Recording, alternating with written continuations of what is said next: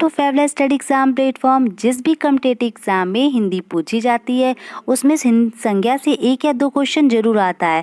तो आज हम डिस्कस करेंगे संज्ञा के बारे में, क्या व्यक्तिवाचक संज्ञा होती है, क्या भाववाचक, क्या जातिवाचक। तो हम इससे रिलेटेड जो भी कंफ्यूजन होगा वो दूर करेंगे।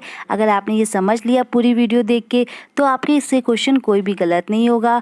तो फ्रेंड्स स्टार्ट करते हैं आज का इंपॉर्टेंट सेशन। और अगर आप मेरे चैनल पर नए हैं तो मेरे चैनल को सब्सक्राइब कर लीजिएगा, जिससे आपको आने वाली वीडियो की नोटिफिकेशन मिलती रहे। तो फ्रेंड्स स्टार्ट करते हैं संज्ञा। हम देखेंगे संज्ञा की परिभाषा क्या होती है, क्या उससे भेद होती है, भेद में क्या डिफरेंस होता है। आज हम सबको डिटेल में जानेंगे। तो पहले क्या दिया हुआ, पहले हम संज्ञा की डिफिनीशन समझते हैं। तो संज्ञा की डिफिनीशन होती है किसी भी व्यक्ति, वस्तु, जाति, भाव या स्थान के नाम को संज्ञा कहती हैं। जो व्यक्ति, वस्तु, जाति, भाव और स्थान के नाम को क्या कहती है, संज्ञा कहते हैं। जैसे मनुष्य, मनुष्य क्या हुई, एक जाति हुई। अमेरिका, भारत क्या हुआ, स्थान हुआ। बचपन, मिठास, भाव हो गया। किताब और ये वस्तु हो गई। तो संज्ञा क्या होती है, किसी वस्तु, जाति, भाव या स्थान के नाम को हम संज्ञा कहते हैं। अब आगे इसके भेद समझते हैं। तो अगर पूछा जाए संज्ञा के भेद कितने होते हैं, तो संज्ञा के भेद पूछे जाए तो 3 होते हैं। लेकिन अर्थ के आधार पर संज्ञा के भेद पूछे जाए तो अर्थ के आधार पर संज्ञा के भेद जो होते हैं वो 5 होते हैं। व्यक्तिवाचक संज्ञा, भाववाचक संज्ञा, जातिवाचक संज्ञा, द्रव्यवाचक संज्ञा और समूहवाचक संज्ञा या समुदायवाचक संज्ञा। तो संज्ञा के कितने भेद हो जाएंगे, अर्थ के आधार पे संज्ञा के 5 भेद हो जाएंगे। और अगर संज्ञा के केवल भेद से पूछा जाए तो संज्ञा के कितने होंगे, 3 हो जाएंगे। यह भी याद रखिएगा। आगे बढ़ते हैं। आगे दे रखा है व्यक्तिवाचक संज्ञा। तो व्यक्तिवाचक संज्ञा क्या होती है, तो फ्रेंड समझते हैं हम। व्यक्तिवाचक संज्ञा जो शब्द केवल एक व्यक्ति, वस्तु या स्थान का बोध कराते हो, जो केवल एक व्यक्ति, वस्तु या स्थान का बोध कराते हैं, उन शब्दों को व्यक्तिवाचक संज्ञा कहते हैं। तो क्या कहते हैं, व्यक्तिवाचक संज्ञा कहते हैं। जैसे एग्जाम्पल में दे रखा है भारत चीन स्थान है, किताब साइकिल ये कोई वस्तु है, सुरेश रमेश महात्मा गांधी किसी व्यक्ति का नाम है। जब हम किसी विशेष व्यक्ति का मतलब बोध करा रहे हो, किसी विशेष व्यक्ति, वस्तु, स्थान का बोध कराते तो वहाँ पे व्यक्तिवाचक संज्ञा होती है। जैसे एग्जाम्पल देखते हैं व्यक्तिवाचक संज्ञा की। एग्जाम्पल क्या है, रमेश बाहर खेल रहा है। तो हम किसी स्पेसिफिक मतलब व्यक्ति का नाम बोध करें तो रमेश क्या है, एक विशेष व्यक्ति है ना। महेंद्र सिंह धोनी क्रिकेट खेलते तो महेंद्र सिंह धोनी एक विशेष व्यक्ति हुए, तो इसको हम ऐसे पहचान सकते हैं। तो ये सब व्यक्तिवाचक संज्ञा होंगे। महाभारत एक महान ग्रंथ है, तो एक नाम है, एक काफ़ी, तो महाभारत एक महान ग्रंथ है। मैं भारत में रहता हूँ तो भारत जो है हमारा स्थान है, जो काफ़ी मतलब फेमस है, काफ़ी वो है, तो भारत में रहता हूँ। जैसे ऊपर दिए गए वाक्यों में रमेश, महेंद्र सिंह धोनी, भारत, महाभारत व अमिताभ बच्चन संज्ञा शब्द कहलाएंगे, क्योंकि ये शब्द किसी विशेष व्यक्ति, वस्तु या स्थान का बोध कराते हैं। किसका, विशेष व्यक्ति, वस्तु या स्थान का बोध कराते हैं। जब कोई विशेष व्यक्ति, वस्तु का, स्थान का बोध कराएगा तो क्या हो जाएंगे, व्यक्तिवाचक संज्ञा हो जाएंगे। तो मतलब इसका दूसरा कुछ नहीं होगा, मतलब किसी विशेष पर्टिकुलर, मतलब जैसे रमेश है तो एक ही रमेश है, इससे ऐसा कोई दूसरा रमेश नहीं। महाभारत तो एक ही महाकाव्य ग्रंथ है ना, तो कोई दूसरा नहीं है। तो इसमें एक विशेष चीज़ के बारे में बताया जाए तो वो हमेशा व्यक्तिवाचक संज्ञा होगा। तो फ्रेंड्स क्लियर हुआ होगा आपका व्यक्तिवाचक संज्ञा। अगर आपको इससे कोई डाउट हो तो मुझसे कमेंट बॉक्स में ज़रूर पूछिएगा। आगे देखते हैं हम अगला अपना। फ्रेंड्स आगे दे रखा है जातिवाचक संज्ञा। तो जातिवाचक संज्ञा क्या होती है, क्या है, कैसे इसको हम पहचानेंगे कि कौन सी जातिवाचक संज्ञा है, कौन सी व्यक्तिवाचक संज्ञा है। तो फ्रेंड्स समझते हैं हम। जो शब्द किसी व्यक्ति, वस्तु या स्थान की संपूर्ण जाति का बोध कराते हैं, तो वहाँ पे एक था पर्टिकुलर, विशेष आदमी के बारे में, विशेष जगह के बारे में बताते हैं, यहाँ एक संपूर्ण जाति का बोध होगा, तो वहाँ पे जातिवाचक संज्ञा होगी। जैसे एग्जाम्पल में दे रखा है मोबाइल, टीवी, वस्तु, मतलब मोबाइल, टीवी बहुत सी है ना। मोबाइल तो कितने प्रकार के मोबाइल है, हम किसी स्पेसिफिक नाम तो नहीं ले रहे हैं, जैसे कोई सैमसंग, तो ये क्या हो जाएगा, तो ये मेरा व्यक्तिवाचक हो जाएगा। लेकिन अब जो मोबाइल, तो मोबाइल पूरी जाति ना, काफ़ी लोग हैं मोबाइल में, काफ़ी कंपनियां मोबाइल, तो फिर सारे मोबाइल आ जाएंगे हर कंपनी के। टीवी, गांव, स्कूल, आदमी, जानवर, जानवर तो सारे जानवर आ जाएंगे, कोई हम स्पेशल जानवर का नाम तो नहीं ले रहे, जैसे घोड़ा, कुत्ता, तो क्या हो जाएगा, अगर नाम लेते हैं तो व्यक्तिवाचक में पहुंच जाएगा। लेकिन अब अगर हम जानवर बोल रहे हैं तो ये केवल जातिवाचक संज्ञा में हो जाएगा। एग्जाम्पल से हम समझते हैं जातिवाचक संज्ञा के उदाहरण। स्कूल में बच्चे पढ़ते हैं, तो स्कूल में बच्चे पढ़ते हैं तो बच्चे तो बहुत पढ़ते हैं ना, हम किसी का नाम तो नहीं ले रहे, किसी पर्टिकुलर के बारे में तो नहीं बता रहे। तो बच्चे जो है जाति का बोध करा रहे हैं। बिल्ली चूहे खाती है, तो चूहे तो कोई नाम तो है नहीं, चूहे तो पता नहीं कौन से चूहे, तो बहुत सारे हैं, कौन से चूहे खाती हैं। पेड़ों पे पक्षी बैठे, तो पेड़ों पे पक्षी बहुत होंगे, कौ मतलब कौ बहुत बहुत सारे होंगे, हम किसी का नाम तो नहीं ले रहे। तो जहाँ संपूर्ण जाति का बोध कराए वहाँ पे जातिवाचक संज्ञा होगा। ऊपर दिए गए वाक्यों में बच्चे, चूहे, पक्षी जातिवाचक संज्ञा शब्द कहलाएंगे, क्योंकि ये किसी विशेष बच्चे या पक्षी का बोध ना कराकर सभी बच्चों व पक्षियों का बोध करा रहा है। तो मैंने आपको बताया कि ये सभी बच्चों पक्षियों का बोध करा रहा है, कि यहाँ पे किसी विशेष का पर्टिकुलर का नाम नहीं लिया जा रहा है।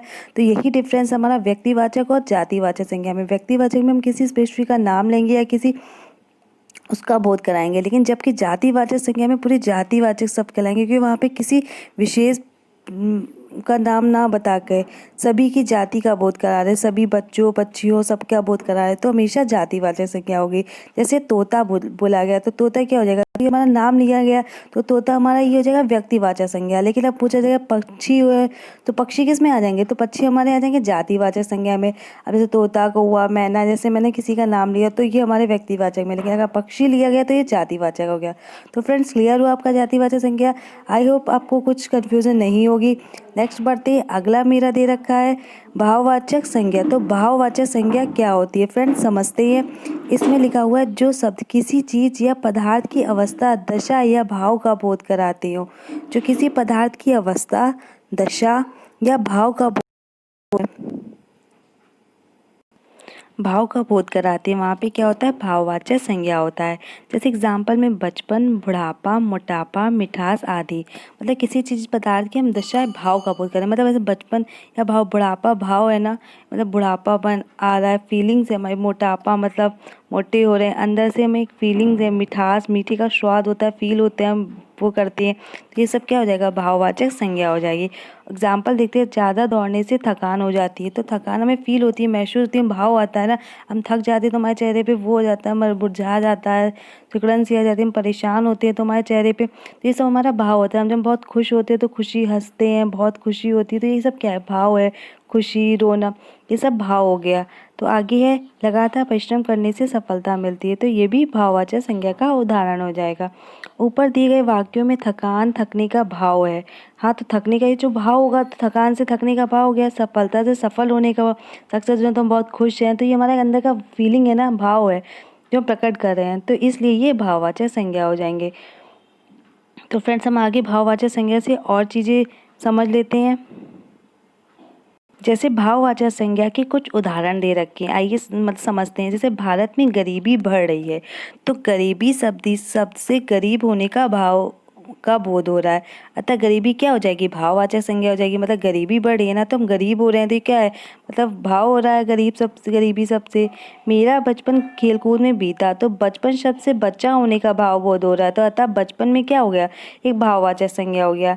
मेरे दोस्त की लंबाई मेरे से अधिक है, तो लंबाई सबसे लंबा होने का भाव हो रहा है, कि लंबे हैं, छोटे हैं, तो ये सब क्या हो जाएंगे, ये सब भाववाचक संज्ञा हो जाएंगे फ्रेंड्स। अब फ्रेंड्स, हम देखते हैं कि भाववाचक संज्ञा कैसे बनाएंगे। तो हम जातिवाचक संज्ञा से भाववाचक बनाएंगे।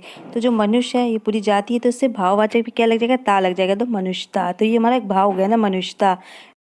प्रभु से प्रभुता, बच्चा से बचपन, शैतान से शैतानी, शत्रु से शत्रुता, समाज से सामाजिकता। तो ये से जातिवाचक संज्ञा से हम भाववाचक संज्ञा बना सकते हैं। आगे दे रखा है विशेषण से भाववाचक संज्ञा बनाना। विशेषण से कैसे बनाएंगे, इसे अच्छा का अच्छाई, सुंदर का सुंदरता, अच्छाई भाव है, ठीक, सुंदर का सुंदरता, शीतल, ये सब विशेषण है, और इससे भाववाचक है शीतलता, सफल से सफलता, कायर से कायरता। तो ये सब क्या हो जाएगा, बड़ा से बड़प्पन। तो ये सब हमारे क्या हो जाएंगे, विशेषण से भाववाचक संज्ञा बन जाएंगे।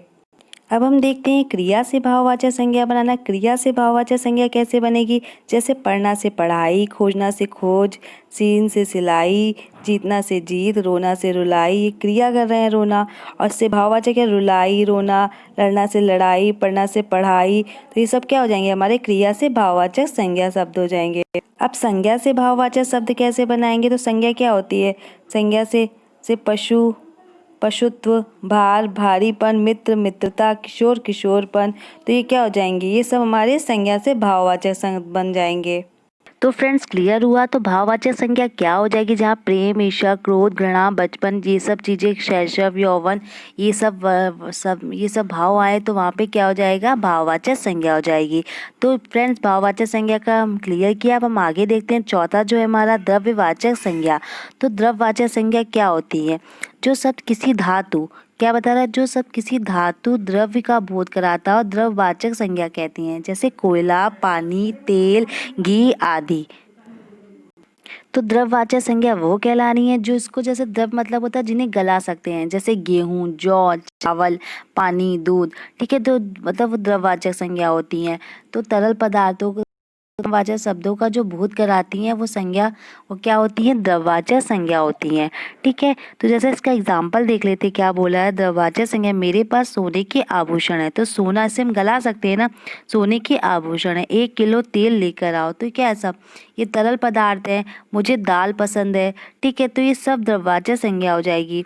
तो फ्रेंड्स द्रव्यवाचक संज्ञा आपको क्लियर हुई। तो हम आगे देखते हैं। आगे हमारा है समूहवाचक, समुदायवाचक संज्ञा। तो समूहवाचक और समुदायवाचक संज्ञा क्या होती है। तो फ्रेंड्स आगे है समुदायवाचक संज्ञा।